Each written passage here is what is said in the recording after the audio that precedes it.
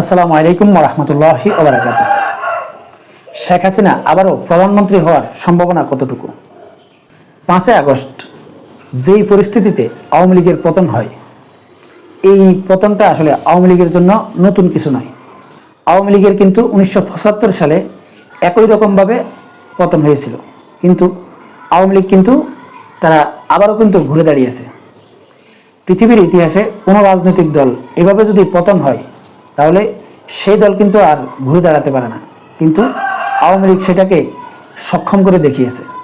তাই 5 আগস্টের পরেও আওয়ামী লীগের যেভাবে পতন হয়েছে, আওয়ামী লীগ আবারও ঘুরে দাঁড়াতে পারবে বলে আমার মনে হয়।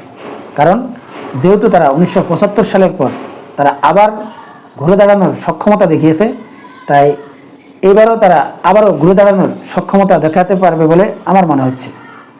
শেখ হাসিনার যে বয়স, এই বয়স অনুযায়ী আসলে শেখ হাসিনা আবারও প্রধানমন্ত্রী হওয়ার সক্ষমতা রাখে কিনা, সেটাই হচ্ছে প্রশ্ন।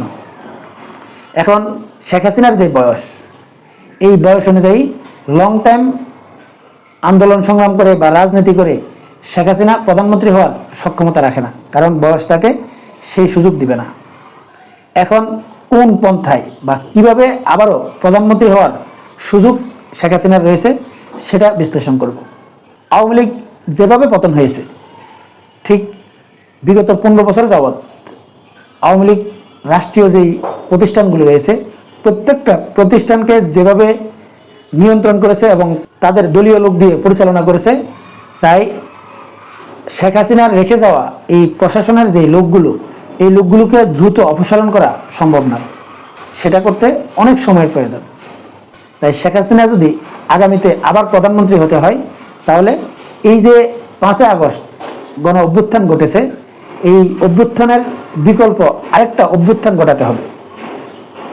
তাহলে শেখ হাসিনা ক্ষমতায় গিয়ে বা প্রধানমন্ত্রী হিসেবে বসে এই গণ অভ্যুত্থান সহ সব কিছুকে বাতিল করে আবার পুরনো সংবিধান রেখে আবারও প্রধানমন্ত্রী হিসেবে রাষ্ট্র পরিচালনা করতে পারবেন।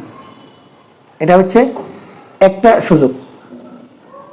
আর দ্বিতীয় সুযোগ হচ্ছে আগামী 1 বছর পরে হোক বা 2 বছর পরে হোক যে নির্বাচন হবে, এই নির্বাচনে যদি আওয়ামী লীগ সংখ্যাগরিষ্ঠ আসন পায়, মানে 150টিরও বেশি আসন যদি এককভাবে নিতে পারে, তাহলে আবারও শেখ হাসিনাকে এনে প্রধানমন্ত্রী বানানো সম্ভব হবে। কারণ সরাসরি আগামী নির্বাচনে শেখ হাসিনা নির্বাচন করতে পারবে বলে আমার মনে হয় না। তাই আওয়ামী লীগ অন্য কোনো পন্থায় আগে ক্ষমতায় আসতে হবে, তারপর শেখ হাসিনার নামে যেই সব মামলাগুলো হবে সেগুলোকে ফেলে দিয়ে তাকে আবার কোনো না কোনো একটা আসন থেকে নির্বাচন করিয়ে তারপর তাকে প্রধানমন্ত্রী বানাতে পারে। এই দুইটা পন্থা ছাড়া শেখ হাসিনার প্রধানমন্ত্রী হওয়ার সম্ভাবনা নেই। যদি আগামী নির্বাচনে আওয়ামী লীগ যদি এককভাবে সংখ্যাগরিষ্ঠ আসন যদি না পায়, তাহলে শেখ হাসিনার যে বয়স, এই বয়স অনুযায়ী পরবর্তী নির্বাচন পর্যন্ত অপেক্ষা করা এবং সেই নির্বাচনে আওয়ামী লীগ জিতবে, তারপর তিনি প্রধানমন্ত্রী হবেন, তার সেই বয়স নেই। অতএব শেখ হাসিনার প্রধানমন্ত্রী হওয়ার সম্ভাবনা শুধুমাত্র এই দুইটা পন্থা ছাড়া অন্য কোনো সুযোগ নেই। এটা হচ্ছে আমার বিশ্লেষণ। সম্মানিত দর্শক, এই দুইটা পন্থাকে সফল করে আওয়ামী লীগ শেখ হাসিনাকে আবারও প্রধানমন্ত্রী বানানোর সক্ষমতা রাখে কিনা কমেন্টসে জানাবেন। আল্লাহ হাফেজ।